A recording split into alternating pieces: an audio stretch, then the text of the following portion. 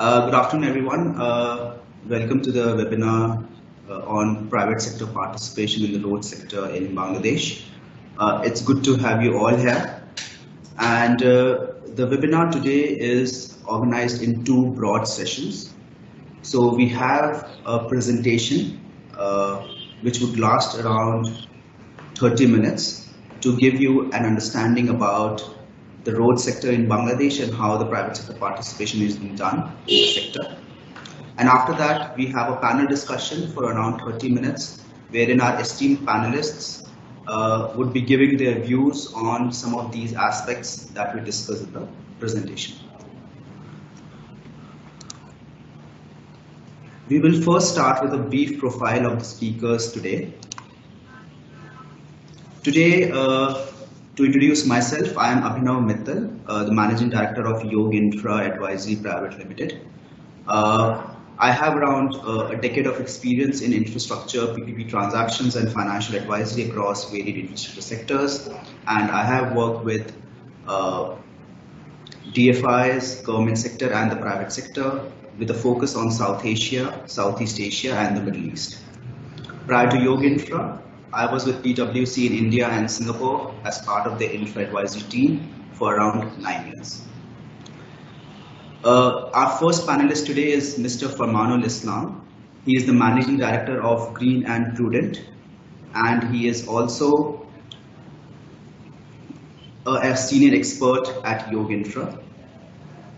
Mr. Farmanul was the Executive Director and Chief Executive Officer of Bangladesh Infrastructure Finance Fund Limited for more than 5 years, and he led the organization to finance more than 70 projects with a total loan commitment of USD 650 million. Prior to BIFL, Mr. Farmanul worked with Infrastructure Development Company Limited, ITCOL, for more than 12 years. Our second panelist today is Mr. Rajesh Rohatgi. Mr. Rajesh has more than 25 years of experience in infrastructure sector and specializes in transport. His career progressed from an engineer transport planner to managing complex transport sector programs with considerable experience in all stages of project or program management cycle, including identification, formulation, appraisal, commitment, and financing, implementation and evaluation. Currently, he serves as the program leader for infrastructure in Bangladesh and Bhutan with the World Bank. Our next panelist today is Mr. Sartajur Rahman. Mr. Sartajur has more than 15 years of experience in road sector in Bangladesh, and he's the executive engineer with Roads and Highways Department, Government of Bangladesh. He was the Deputy Project Director for the Dhaka Bypass PPP project and is currently the focal person from RHD for Rampura Amulia Demra PPP project. Hence, he brings extensive practical experience of private sector participation in the road sector and is a valuable esteemed panelist for this session. So once again, thank you everyone for joining the session. Before we start, I would just like to point out again that all the people who have registered for the webinar will be sent presentation slides after the webinar is over.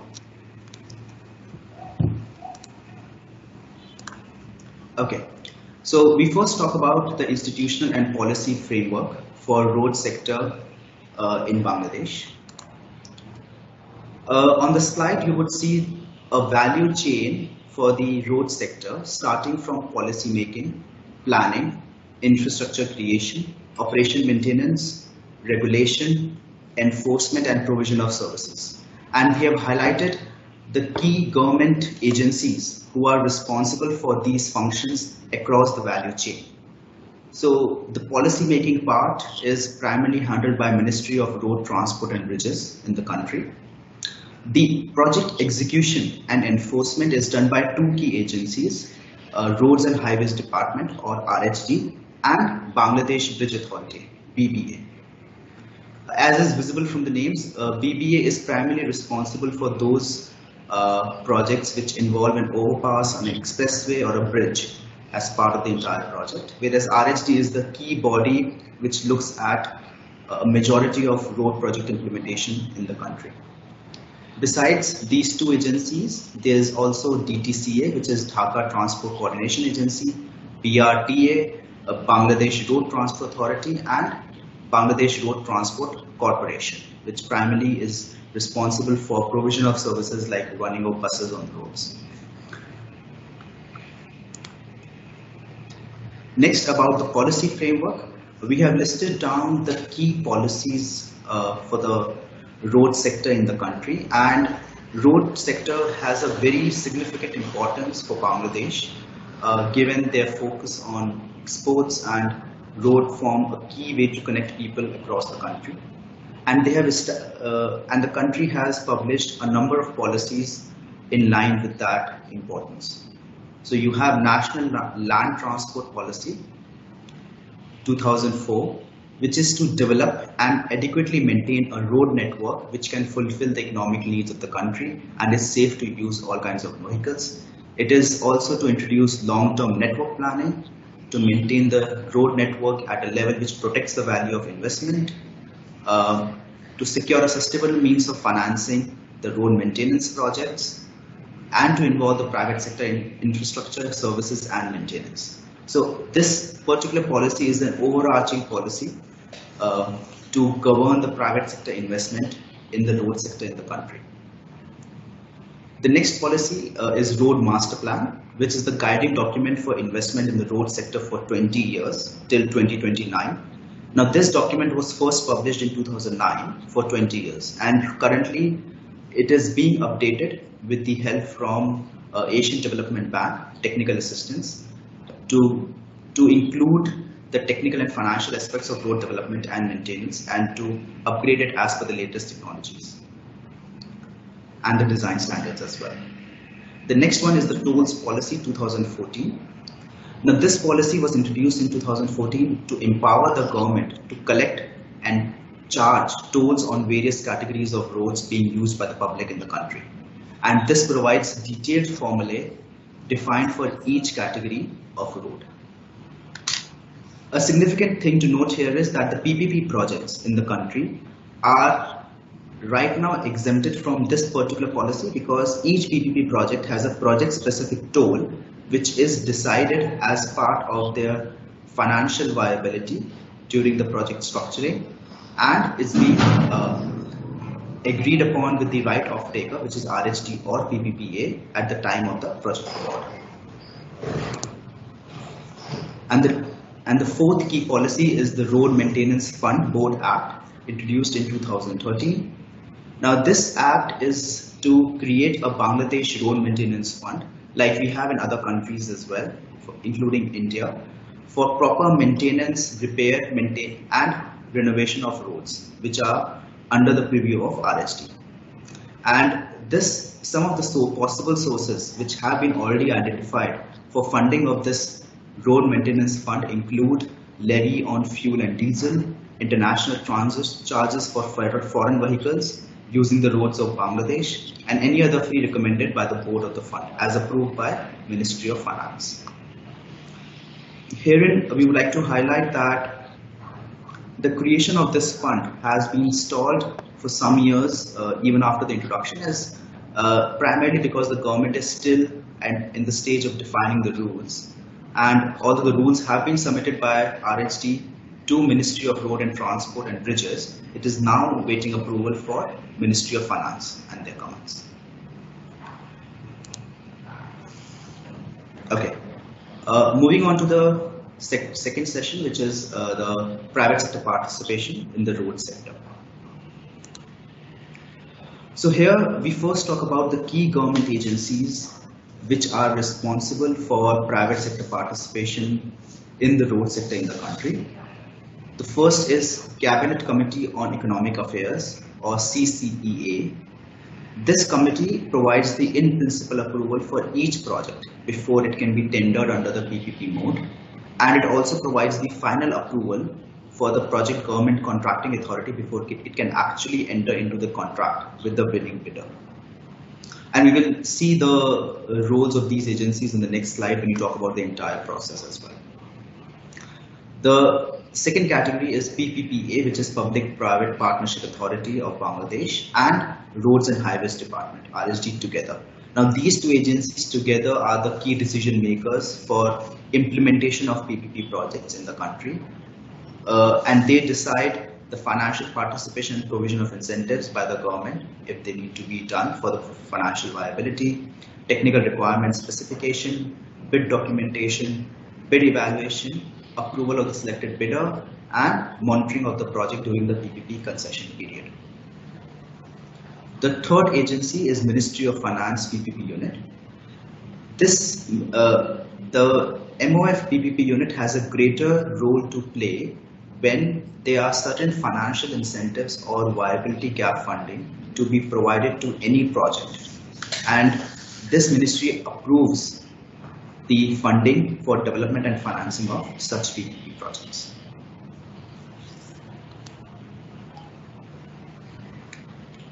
On this slide, you see the PPP process as per the procurement guidelines of 2018, starting from the identification stage till approval and award stage.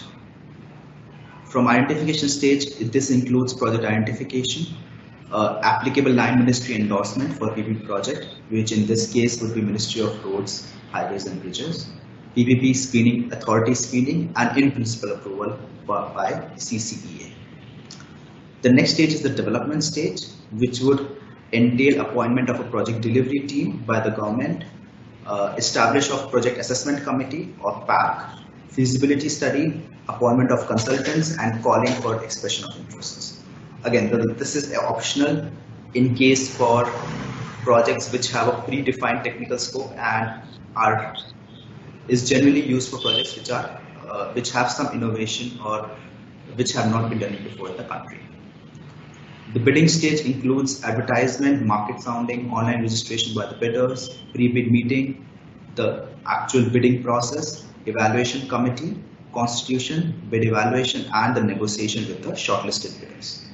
And approval and award phase. So once the winning bidder has been identified, the same needs to be approved by CCEA, and then the letter of award is issued to that winning bidder.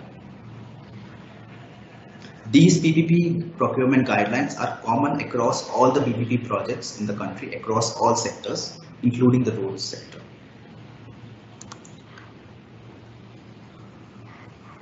On the next slide, we have briefly listed down the key PPP projects ongoing in the country and the pipeline as well.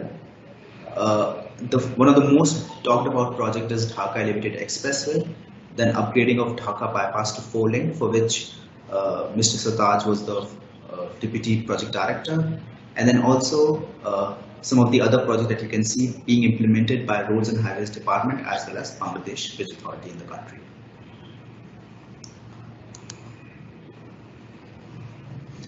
Okay, now the next section, we will discuss about the project financing for road projects and what are the key sources of financing for project financing in the country.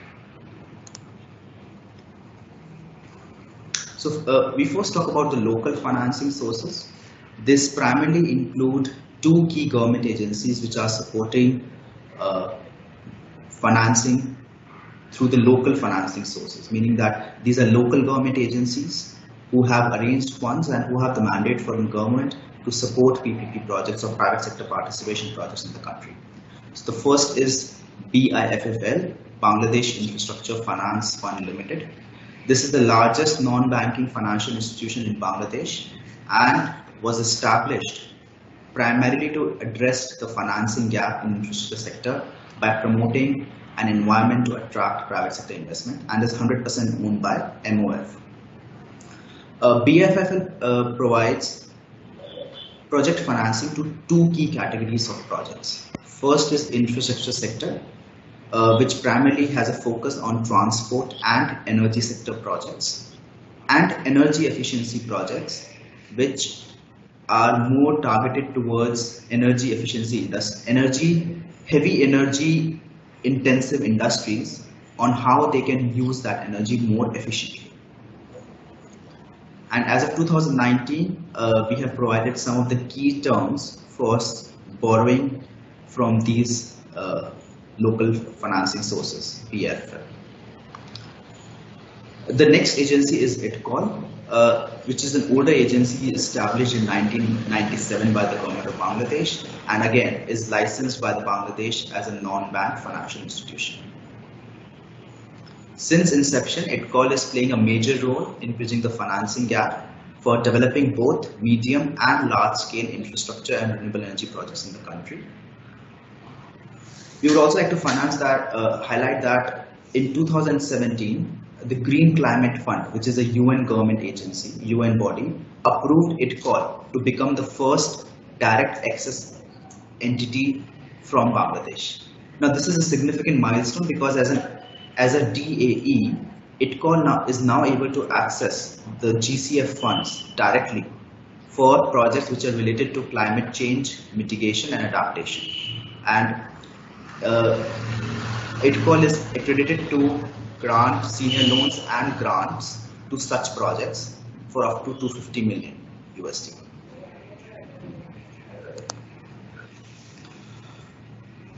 The next financing source in the country is foreign financing, which forms the bulk of the project finance in the country. Around 70% of the financing in the country for PPP projects is being done through these foreign financing sources.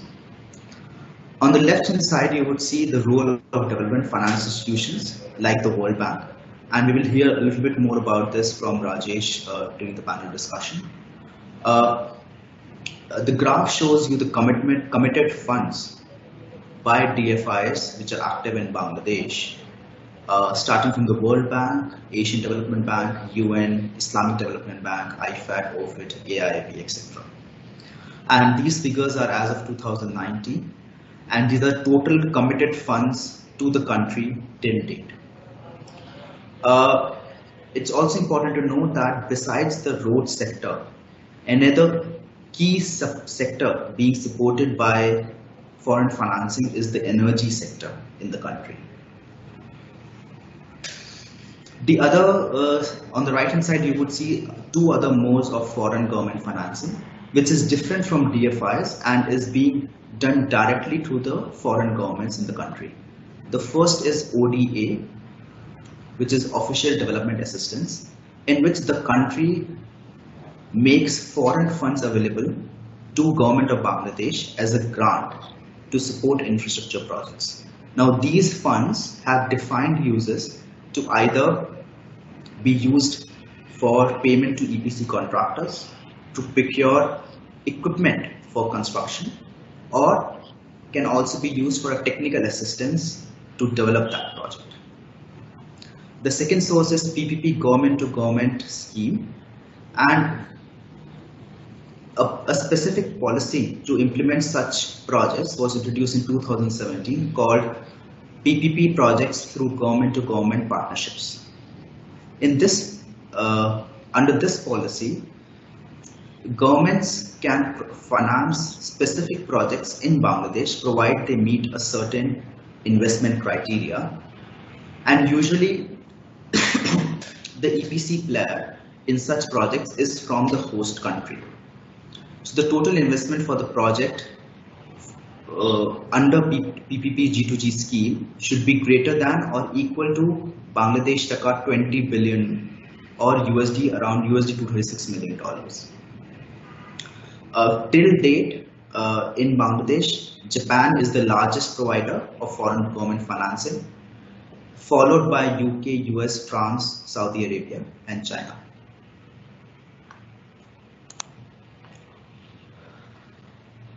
Now, in the next slide, we talk about commercial bank finance in the country.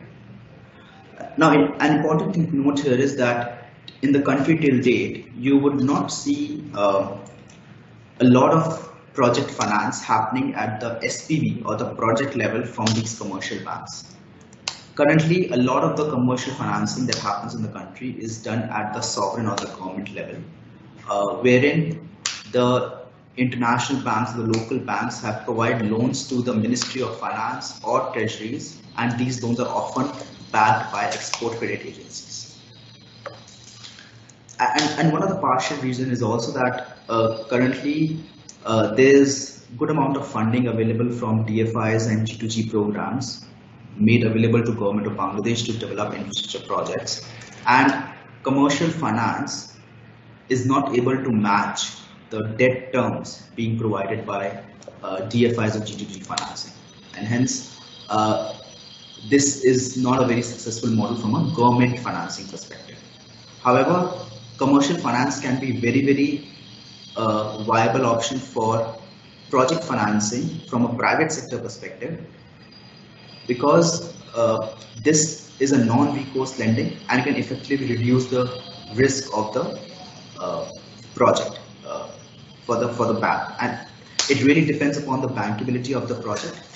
So we really we discussed with a few commercial banks on what do they think that can be done to improve bankability, and there are two key things that have been highlighted to the panelists here. One is that the project financing, they would expect some sort of co-financing from the DFIs as well, because that really helps the commercial banks to get a better view of the project. They're assured that the proper due diligence has been done, a proper bankability has been done, a proper structuring has been done.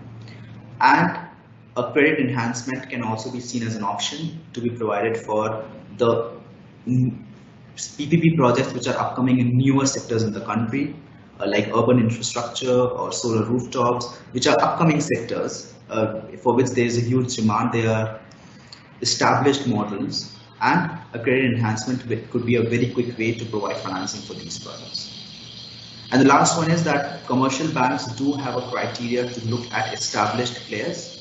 So we do expect that this mode of financing would be very significant for the country if the local developers in the country are able to do some sort of partnerships with more established international players and then bid for projects.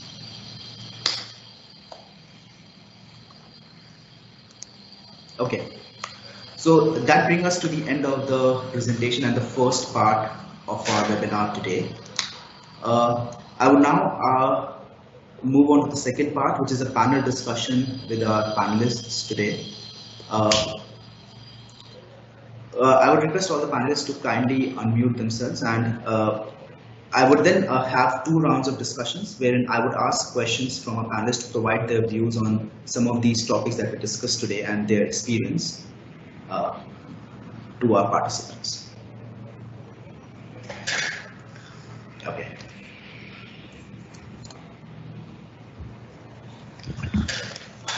Rajesh, hi, good afternoon, can you hear us?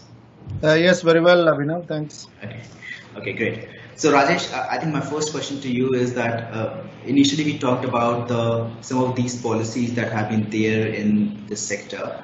So can you provide your view that why implementing some of these policies like the toll policy or the road maintenance fund is crucial for the development of the road sector in the country?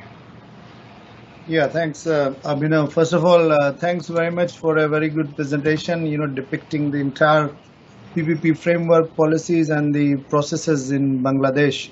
So thanks very much for that presentation. Allow me to reframe the question and try to answer in a way that what are some of the areas which, in my view, in Bangladesh we need to work to sort of reignite the PPP or rather reboot the PPP program in the road sector or sort of make it vibrant. So let me try to answer in that sense, and I'll cover the sustainable financing issue also, which you asked in particularly. So let me take a view or perspective from an investor. In my view, any investor in any of the sector for that matter, and let's take, for example, road sector here, which is the matter of discussion, really looks at four, broad area before he decide to invest, in any country. First is country context. What are the political stability in Bangladesh, how the country is doing. I think that is all favorable. There is absolutely no issue here. Bangladesh is doing pretty well in many of the development front and in the world, in fact, and so that's a very positive vibes in investor as regards to investing in Bangladesh. So I think there is absolutely no issue there. The second area any investor or any developer would look is really the regulatory framework of the PPPs in the country, and you laid out very well. And in my view, a very decent sort of regulatory framework exists in the country already. I don't think I would like to point out anything there. There is already a very good, decent, regulatory framework exists. There is a PPP Act, there is a PPP authority. The entire process is laid down. Who will do the appraising of the project? Who will prepare? Who will be concessioning authority? So I think all those sort of things have been laid out. The third area which any investor would look is really the sectoral issues or sectoral context, and I think that is where there are some issues, and I'll really answer those two or three areas where I think we need to work in Bangladesh. And then fourth area is really any investor looks into detail is of course the project financing, viability of the project. So I'm not going there, and that's very obvious, that if the project has to be viable, then only investor would invest. So now let me go back to the sectoral context, and there are three areas which I believe are issues in Bangladesh to make the PPP road sector vibrant and attract a lot of investors from many countries to invest in the road sector. The first issue is, in my view, there has to be a very stronger pipeline of projects. Investor looks that whether there is a program, and it should not be a standalone project. And there is a program, there is a pipeline. You showed it, right? But what happens is that over the years we have seen that pipeline is not backed up by the highest office. Sometimes there are diversions in that pipeline, wherein the government decides to go on G2G basis on some of the project. Government decided to go to the ADBs or the World Banks of for some of the projects. So I think there has to be, and also sometimes that pipeline is not made scientifically, in the sense taking into account the entire travel and transportation demand of the sector, aligning it with other development project, SEZ development which are going on, other mega projects which are going on. So I think there is a need. The first area I would suggest is really the make the pipeline very stronger, because that is the sort of bouquet of pipeline of projects, bankable projects. We need to take it to the investor that look, these are 8 or 10 projects which have been approved by the authority and which we should go. The second point is sustainable financing, and that is the specific question you asked. Any investor would look at that. Look, while there is a regulatory framework, but after all, of course, I'll have some funds from the project, but is there a sustainable? Is the financing sustainable for the period? Because here we are talking about 20 to 25 years of concessions, if not less. So it's not enough for investor to say that, look, no, we have budgetary support. We have the budget government, because we are signing the bond, government will provide the support. I don't think that's enough. What investor is looking for, they are looking for some sort of assured ring-fenced funds, and you touched upon that there has to be a need to establish some sort of toll fund or road maintenance fund wherein an investor see that, look, there are such type of funds where my annuity will be serviced from, my payments I'll receive from, because budgetary sources is not enough, sort of assurance from the investor perspective. So I think that is the second area of sustainable financing we need to work on a bit. So that means operationalizing all the road maintenance fund, toll funds, and also moving in a longer term, not immediately, but moving in a longer term, as we did in the energy sector in Bangladesh, towards corporatizing these road administrations, like RSD. Why can't we have a sort of expressway authority or road authority which has their own balance sheet, so that they can also issue bonds and generate the financing which other countries in the neighboring countries are doing, for example in India. So that's on the second area. And then third area, and then I'll stop, is really the technical readiness of the sector. I would not call it a capacity of the agency. I think there is already a very decent and good capacity among the RSD staff in Bangladesh, and I have seen, and the capacity is much more better than any of the other countries I have seen in my experience. So there are good engineers, they have good understanding of project financing, how the whole PPP area and domain works. But what I'm trying to highlight is the technical readiness, and technical readiness with which I mean is the availability of standardized documents, concession agreements. You have these are longer term projects. So are there standard protocols for if the contracts need to be renegotiated? Where are those? Are there standard bidding document or concession documents? Are there standard technical specification and standard, so that there is no confusion? Because as an investor, I have to give an assurance that, look, no, there are good technical readiness of RSD. They have all such documents already exist, so there will be no delay in the decision, because everybody knows that these are the technical standard to follow. I think these are the three areas I would like to highlight. Otherwise, rest are quite good, and to make the PPP in road sector vibrant. Let me stop here, Abhinav. Okay, great, Rajesh. I think very valid points, and really good to have your views on the three baskets that need to be improved in the country. I'm going to kind of switch over to Mr. Sartaj here. Hello, sir. Can you hear me? Hello. Yeah. Thank you, Abhinav. I can hear you. Okay. So, Mr. Sartaj, if I can just ask you to switch on your camera as well, so that I think the attendees can see you.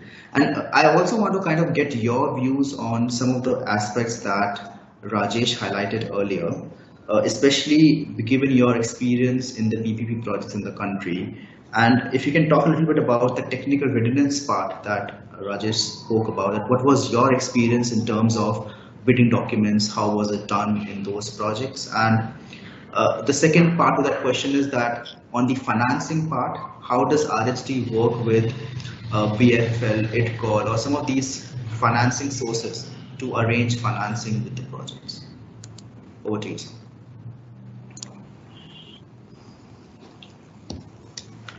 Yeah, thank you, Abhinav. First of all, I would like to pay my sincere gratitude for inviting me to share my experience of PPPs in roads and highways department. So I'll be very happy to talk about the key learnings we have gained over the past 8 years or so. So right now, yes, I'm dealing the Rampura Amulia Jemla PPP project, which is basically the second PPP project RHD is dealing with, and the project is already in a final stage of procurement. Hopefully, we can make a commercial close within 3 months' time from now. But before that, we already had experience of Dhaka Bypass PPP project, which was the first public-private partnership project, and I think one of the pioneer project in the PPP overall, we can say, in this country. So there have been so many learnings from the first project, which we already have tried to address in the second one. Even during execution of the second project, we are also having, new difficulties, new challenges, and which we believe we can incorporate in the upcoming PPP projects in Bangladesh. So actually, Mr. Rajesh has made sharing very easy. Some of those points he already highlighted, which are very valid, and I can say, based on my experience in PPPs, all those are very good points, and there are so many areas for improvement if we really want to, invite or bring the international based players in Bangladesh. So the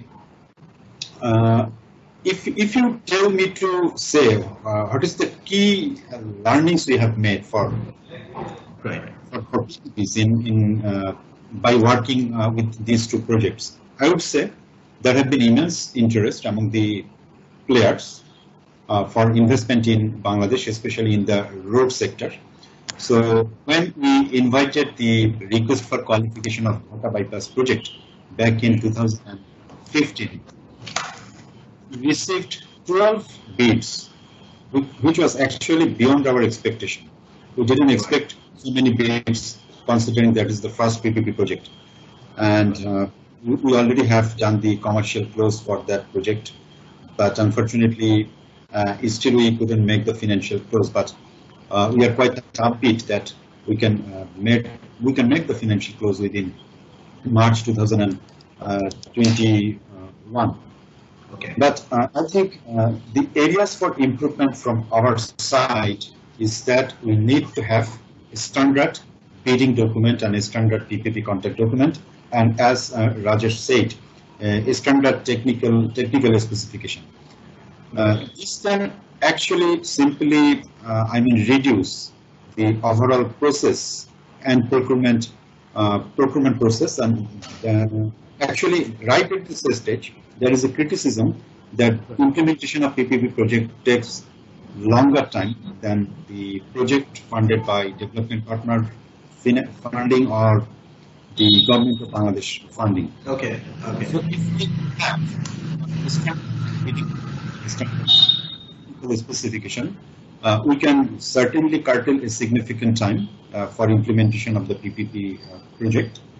And the good thing about the standard bidding document is that now for every PPP project, in our internal process, we need to send those documents to, say, law for their bidding, National Board of Revenue for their comment, Ministry of Finance for their comment. So we cannot, these are taking too much time. We cannot just send these documents for each and every project agencies. And even in RHT, we are actually having discussions like what should be the appropriate technical specification, what should be the geometry, and what should be the toll for this particular road sector. So apart from the technical specification, add one more thing, that we need a standard toll rate for our expressways to be implemented under public-private partnership. Although the toll policy 2014 says that the individual PPP project may set the tolls for that particular project, but that sometimes doesn't help us. So we need per kilometer toll, a very standard toll, which we can apply for the PPP projects to check the feasibility, the technical. We can. Okay, understood. And for the feasibility part, there have been projects. There have been at least a couple of projects which couldn't move further because probably the stakeholder consultation was not that strong during the feasibility study. So the lesson we have learned that actually we need a stakeholder consultation at the very beginning, preferably before approval of any feasibility study. So right now in the process, in the PPP process, the procurement guidelines for public-private partnership projects, actually those things are not covered, but we should do this stakeholder consultation very early stage before going for procurement at least. And I think the areas our road sector PPPs, I think, like we need to improve the bankability, and we need to give them an appropriate structuring. Say our first PPP project was a user pay PPP model, the toll-based PPP model, where Correct. The concessionaire have always risk, because the development in Bangladesh is quite dynamic. We never know what can happen after 5 years. Maybe an alternate road has been created. So for the second project, after having a market sounding and consultation with the international key players, we have gone for the availability payment model rather than the user pay or tool-based model. So that's also one learning that maybe in future we need to consider what gives more comfort to the industry.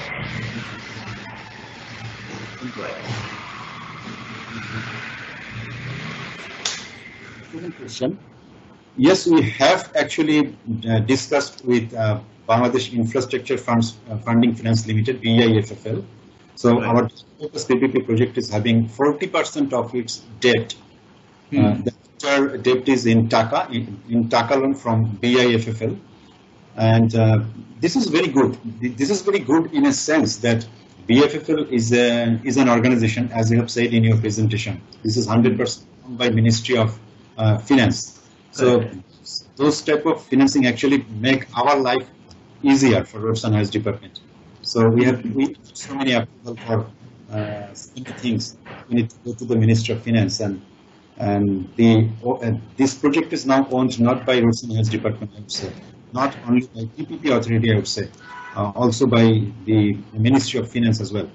So, but the problem is BIFFL probably doesn't have too much capacity to lend funding like 120 million US dollar. Even with 40% of debt, the amount is 120 million for Dhaka Bypass PPP project. And thankfully, Asian Development Bank has come up to give money to Ministry of Finance for re-lending in Dhaka Bypass PPP project. So in doing so, we have talked with the BIFFL, and we are working together. Expecting that next PPP projects, we can also involve BIFFL or an institution like IDCOL, even the commercial banks for public projects, even the commercial banks in this country. I will not tell the name specifically, but those are really very good commercial banks. They have approached to us to find or to explore, is there any possibility of financing for PPP projects in Bangladesh? So what we do from our end, we try to arrange meeting between the project company and also the commercial lenders, so that they can talk and they can come up with a deal. So the PPP process and the PPP in Roads and Highways Department is still immature. We have so many things to do, and we will continue to improve those areas for actually getting the PPP investment much bigger in Roads and Highways Department. Thank you. I will stop now. Okay. Great. So Siddharth, again, I think this is quite valuable insights, and I do have some follow-up questions on particularly the financing part of it. But let's first hear from Mr. Pamanul today. So, sir, you have been the CEO of BIFFL. You have seen IDCOL as well. Can you give us a little bit about your views on how was your experience in providing financing through these agencies, and did you use any innovative methods, and what do you think what are the key challenges faced by the private sector in the country? And we also have one question which I think would fit very nicely here. So the question is that from the perspective of the private partner, they face a challenge to achieve the financial close in the time stipulated in the contract. So they need to arrange bridge financing as well, and the soft cost of the project increases. So what is the possibility way to reduce the time needed for financial close of the project? Over to you. Thank you so much, Abhinav. First of all, for arranging this and also including Green and Prudent, very new legal and investment advisory firm in Bangladesh to be a part of this. Yes. And I appreciate participation of very highly resourced persons as panelists and audiences also for their attendance. Yeah, I see. I had the opportunity to see the PPP regime being evolved from very early days because of my work experience at ITCOL as well as BIFFL. The challenges of what I thought was initially the very slow delivery of projects by public-private partnership authority. And if you look at the project pipeline and which are under construction or done or being processed, you can get a pretty sense of that actually. Say some project which received initial approval from CCEA, say it took 3 years even to get the final approval.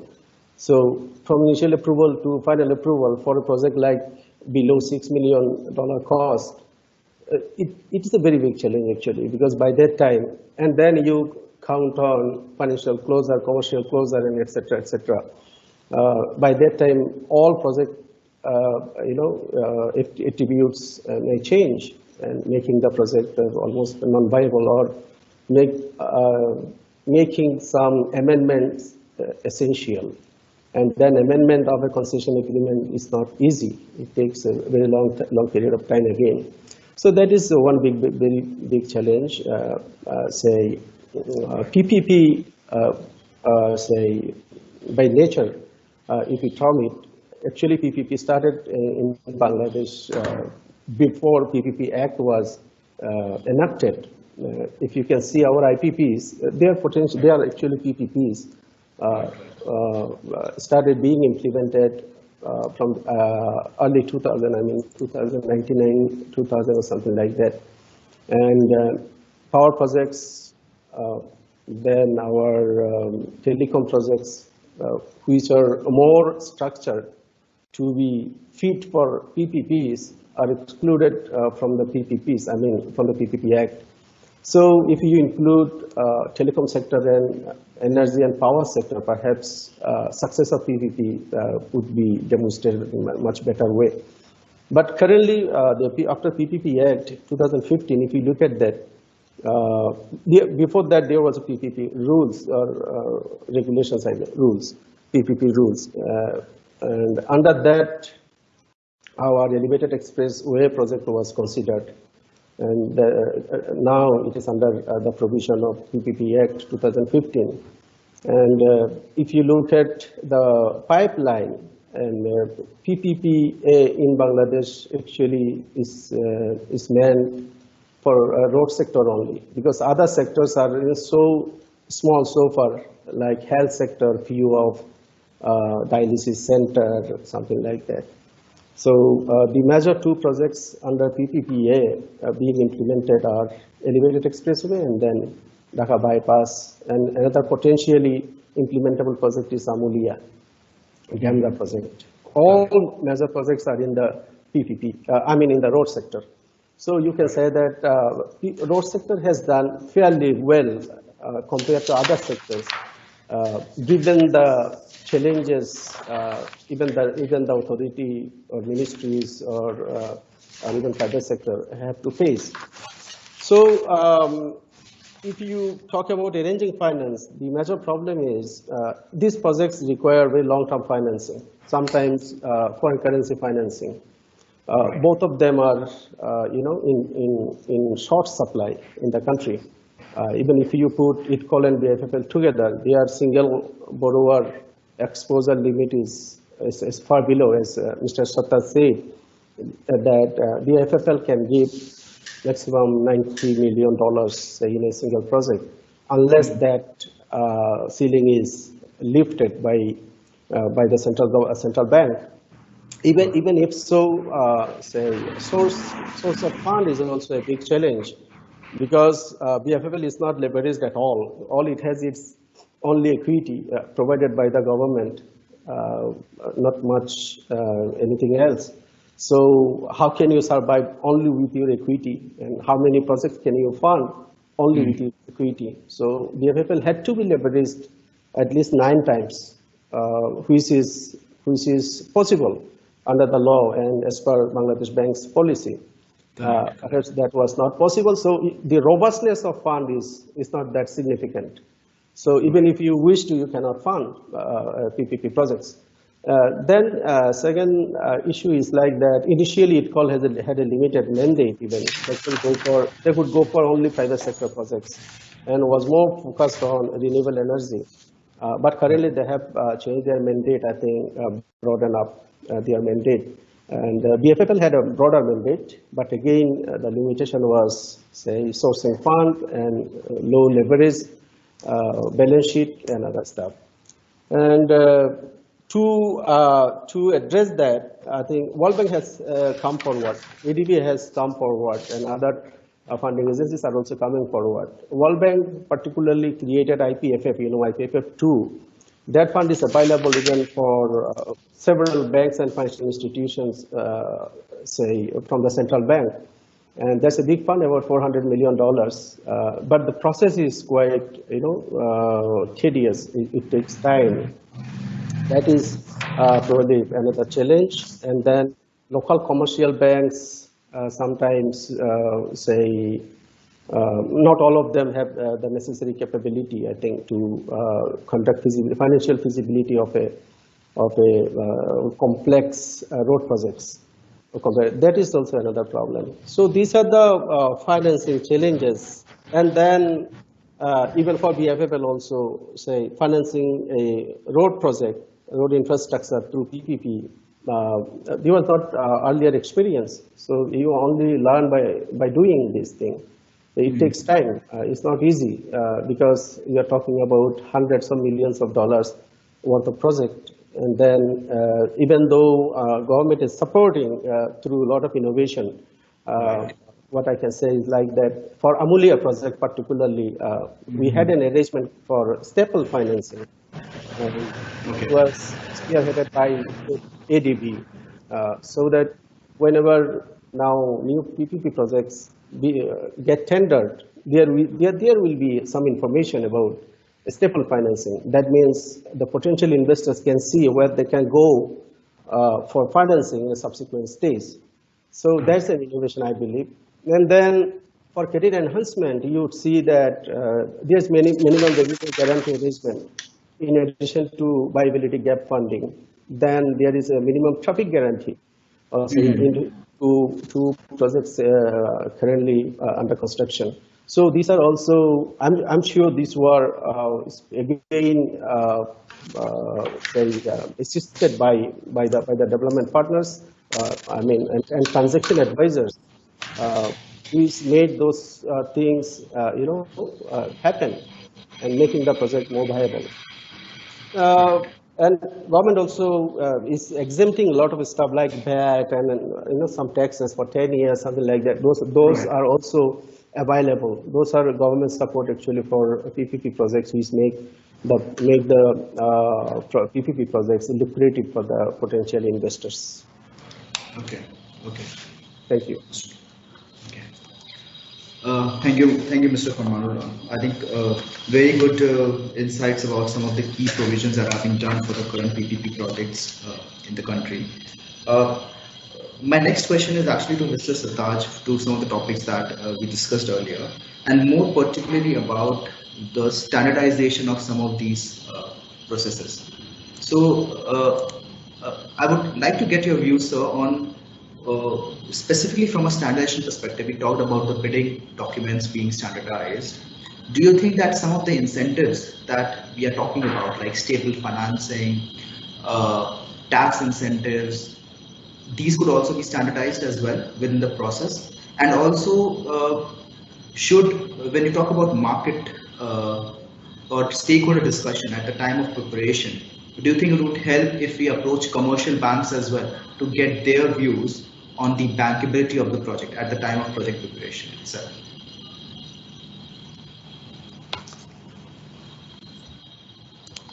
Yes, thank you for your question, Abhinav. So to answer your first question about the standardization of the documents, for our civil projects, as Mr. Foreman said, we have actual financing.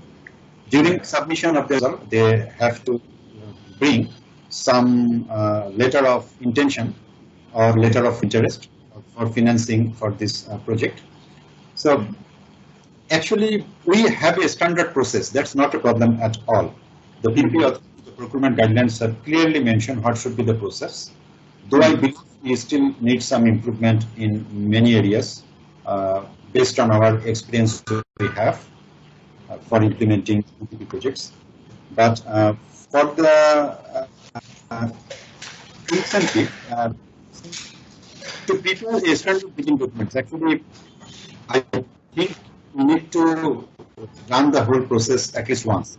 So we have now one PPPs under user pay model, and we also have one PPP now under the government-based model, like availability model. So now both structure somehow have been tested. So we can go for preparing a standard document. And for the incentive, yes, I think we have incentive for different incentive for to different projects. Right. We may not put all the incentive, or we may not make all the incentive very much standard right at this stage. That might be project specific, but that actually doesn't prevent us from making a standard bidding document, I believe. So yes, correct. I think bidding documents and incentives are two different parts to the picture, whereas bidding is more about the contracting part. And as you mentioned that because two kind of projects have been done, so I think the future projects may take a shorter timeline. And using this experience, possibly the government can think about establishing those standard bidding documents now for the two models right now. And incentives are more project specific. Depending on the feasibility of that particular project. But you did mention earlier that a standardized toll or a toll formula would help for these PPP projects as well, if I'm correct, yeah?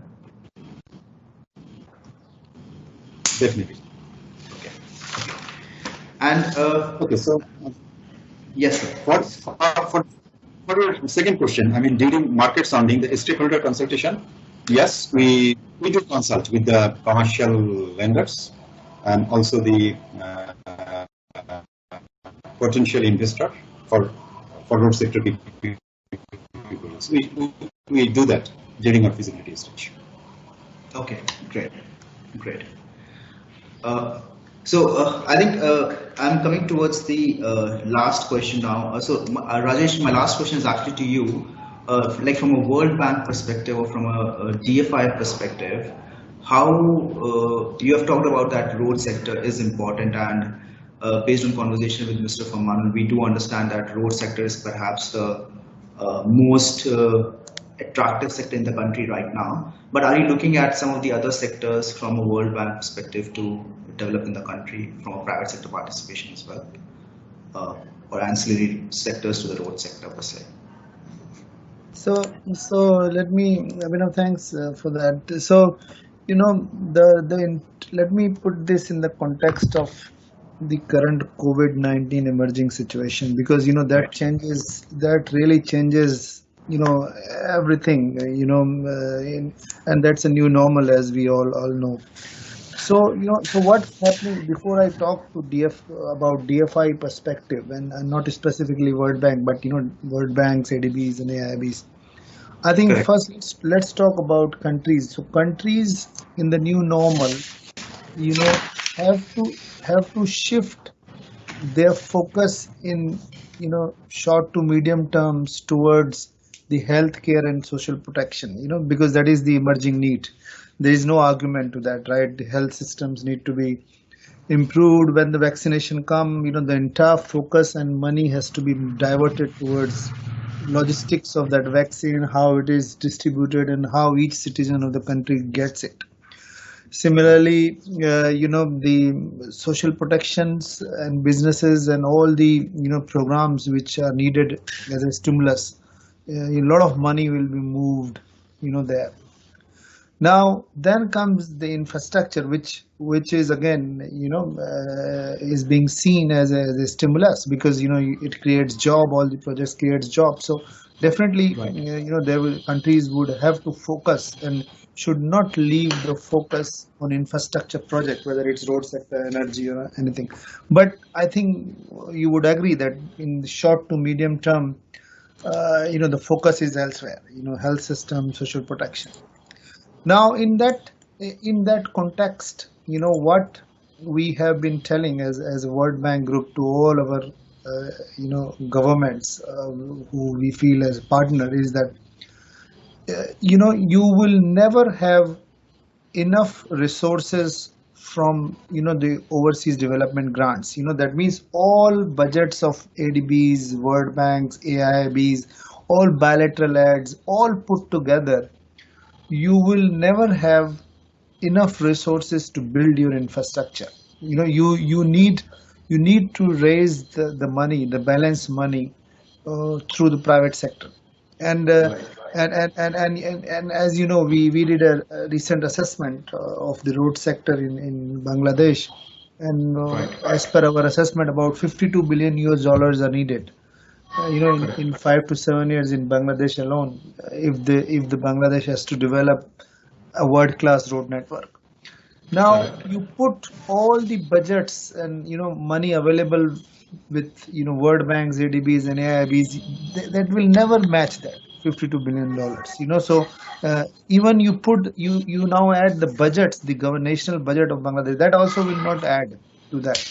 So I think what we are saying to the government and including Bangladesh is that, look, we need to, in infrastructure particularly, you need to make your road sector or infrastructure sector, let me put it, vibrant and attract private sector investment. So for us, the bank, the focus is really building back better, and ensuring that there is a mobilization of private capital in infrastructure development. So now practically how that would work is, whenever any government comes to the bank for a project, we will ask Right. jointly a question that, look, first of all, whether this project can be developed from the private sector resources, whether do you really need World Bank's money. For example, let's take an example from hypothetical example from Dhaka to Chittagong. For example, it's a proven road with a huge traffic volume, absolutely viable. I mean, of course, Bangladesh government would also understand that, but I'm just taking a hypothetical example. Suppose the Bangladesh government comes to the bank that we want to finance the Bangladesh Chittagong widening of existing road. We will immediately ask jointly to the bank that, do you really need World Bank's money on Dhaka Chittagong road? I mean, it can be paid itself, by tolls, because the traffic volumes are so much. Right. So I think that is what is the approach bank is taking, wherein, because we know if we have say $100 in Bangladesh to invest, I think most of it will go to the health system, and for infrastructure, we will help and support the government to raise the private sector mobilization. So for example, in the road sector, we'll be very happy to work with Mr. Sartaj and his team, on the standardization, on capacity building of RSD, and Right. on forming the pipeline, So those sort of. Let me stop. So kind of developing the solid foundation or the base for improving the project going forward. Absolutely, yeah. Yeah, I think that's a very valid point, to basically make the country self-sufficient in developing projects by giving them tools to be able to boost these things through international best practices, which include some of these things like technical specifications, maybe a technical assistance program to do that, or the bidding document standardization as well. Okay, great. So I think we have now come towards the end of the part 2 of the webinar, and we have the Q&A session open. I would request attendees, if you have any questions, to please post on the chat box for our panelists. Okay, so we have one question here that is addressed to Mr. Sartaj. Uh, so you mentioned about standard bidding documents and that the approval process for the project, some of these PPP projects is longer than the traditional government procurement project. So the question is that what is the typical timelines and the things that we discussed today, like bidding document standardization or the incentive standardization, would these help in reducing this timeline, and by how much? Yes, definitely the standardization of the document will save time. It will save time because you don't need to prepare the technical specification and bidding document and PPP contract for each and every project. That can even take more than a year if you prepare a new document, a new bidding document or new PPP contract or technical specification. And even if you make it in a period of 1 year, you can actually mess up. So the standardization can definitely reduce time for the procurement process, but not only it will save time for preparation of this document, but it will also save time for the approval process as well. Right. So because for every project, we are now sending our. Yes, sir, please go ahead. Sorry to interrupt you. Yes, thank you. So for now, every bidding document, before sending it to CCI approval, we need vetting from Ministry of Law, and we need comments from NBR and also Ministry of Finance, and sometimes Financial Institution Division or Bangladesh Bank. So if we have any standard document, and we can have vetting on that standard document from those agencies, we don't need to send it to those agencies anymore. That can easily curtail another 4 months maybe. So the bidding document, if we can have the standard bid document and the contract document, we can definitely save, I believe, more than a year in the Okay. Yeah.